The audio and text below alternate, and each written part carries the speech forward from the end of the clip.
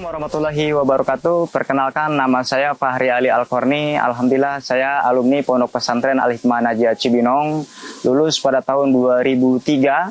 Setelah lulus kami selain diajarkan ilmu agama di pesantren itu sendiri, yang nantinya memang ilmu agama itu yang kita butuhkan dan mungkin jadi tanggung jawab kami untuk kehidupan dunia dan akhirat. Namun di satu sisi yang lain kami juga diajarkan kemandirian tentang wirausaha, bagaimana santri itu bisa bermanfaat di lingkungan masyarakat. Salah satunya kami berupaya untuk membuka lahan dan berwirausaha yang alhamdulillah pada hari ini usaha kami sudah alhamdulillah termasuk tergolong sudah maju. Jadi jangan takut para alumni pesantren masuk ke pesantren, karena di pesantren tidak hanya diajarkan ilmu agama, tapi kita bisa mandiri bersama-sama membangun usaha untuk masyarakat kehidupan kita yang akan datang. Alhamdulillah kami dikasih kepercayaan oleh masyarakat mengelola tanah yang ada di sini. Sepulangnya saya dari pesantren, saya berupaya mendarmakan hidup saya di lahan yang kurang lebih jumlahnya 1,5 hektar. Kita mulai dari tanaman pohon sampai ada kolam karena kita butuh air untuk menyiram pohon, dan ini semua kita lakukan bersama-sama masyarakat yang ada di lingkungan sini. Kita berdayakan mereka, kita bersama-sama bekerja, membangun bersama, berwirausaha bersama dengan mereka.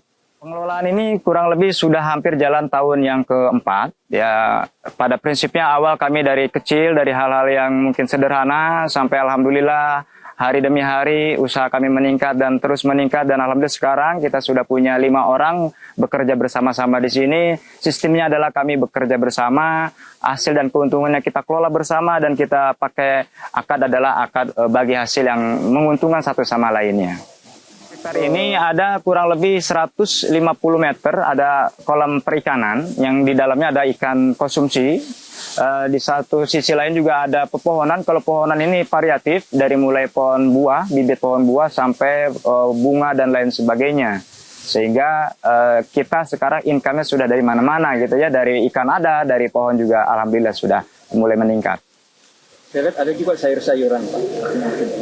Ya, alhamdulillah sayur-sayur mayur yang kita kelola ini adalah tanaman sodakoh kita, yang kita tidak jual belikan, kita sodakohkan ke masyarakat, karena kami anggap yang perlu kita lakukan ke depan adalah bagaimana kita berdharma dengan masyarakat. Yang masyarakat ketika kita hadir di dalam tempat ini, tidak ada satupun masyarakat yang mengeluhkan kita. Kenapa? Karena mereka merasa beruntung, mereka merasa tahadus binikmah, kita bisa bersama-sama dengan mereka. Mereka pun merasa puas dengan adanya kita di sini. Kenapa tadi? Pohon-pohon sayur mayur yang kita tanam sejak awal sampai hari ini, masih prinsipnya adalah kita sodakohkan. Itu milik mereka, kita yang menanam, kita yang merawat, dan dinikmati oleh mereka. Kita dari mana? Kita dari hasil pohon buah dan ikan. Karena itu jangan khawatir. Masyarakat yang baru kenal kami, silakan hadir ke sini, silakan dicari pohon buah dan sayur mayurnya, itu kita berikan khusus untuk mereka, untuk sodakoh kita. Alhamdulillah besarnya kami ini mungkin salah satu tahadus binikmah karena sodakoh kami. Tanpa sodakoh kami yakin tidak akan ada pohon-pohon yang seperti ini. Itu sebuah keyakinan yang harus diterapkan. Karena kami prinsipnya uskariman au mutsahidan. Itu yang jadi prinsip kami. Semakin banyak kita sedekah, maka Allah akan memberikan rezeki kepada kita semakin banyak yang kita nikmati hari ini. Kalau kita hitung kasar hari ini, kurang lebih di lahan ini yang kita kelola hari ini sampai ke ujung sana, yang tadinya kita modalkan hanya 1 juta, sekarang kalau aset kita dari pohon saja, kalau ini terjual semua mungkin sampai 200 juta. Kurang lebih 200 juta hari ini. Uang dari mana? Kita juga nggak paham dari mana uang itu. Itu Allah yang punya kehendak itu. Karena ada anak-anak kami pun rencana memang tahun ini akan kita pesantrenkan. Jadi para ibu, para orang tua jangan khawatir. Pesantren mendidik mereka untuk hidup beragamis, mendidik mereka untuk tahu cara beribadah, mendidik mereka untuk senantiasa mendekatkan diri kepada Allah, dan pasti Allah akan ganti pendidikan mereka. Jangan khawatir, masalah dunia itu tergantung daripada santri itu sendiri. Karena santri pun bisa berdaya, santri pun bisa berusaha, santri pun bisa berwirausaha, dan santri pun kelak ke depan bisa jadi seorang saudagar, mungkin dermawan yang kita harapkan. Ilmu agamanya cukup, ilmu dunianya cukup, maka insya Allah dia akan dapatkan kebahagiaan dunia dan akhirat. Yuk, kita semua silakan Bapak Ibu lebih cenderung menitipkan anaknya, silakan cari pondok-pondok pesantren yang kiranya itu nanti bisa menata masa depan mereka, mendidik akhlak mereka, dan mereka juga punya jiwa wirausaha yang mereka tadi tidak akan membebani kita di dunia dan di akhirat kelak. Untuk para santri yang sedang menuntut ilmu, kami berharap jangan kalian putus asa. Karena kehidupan sesungguhnya bukan kehidupan dunia sini saja.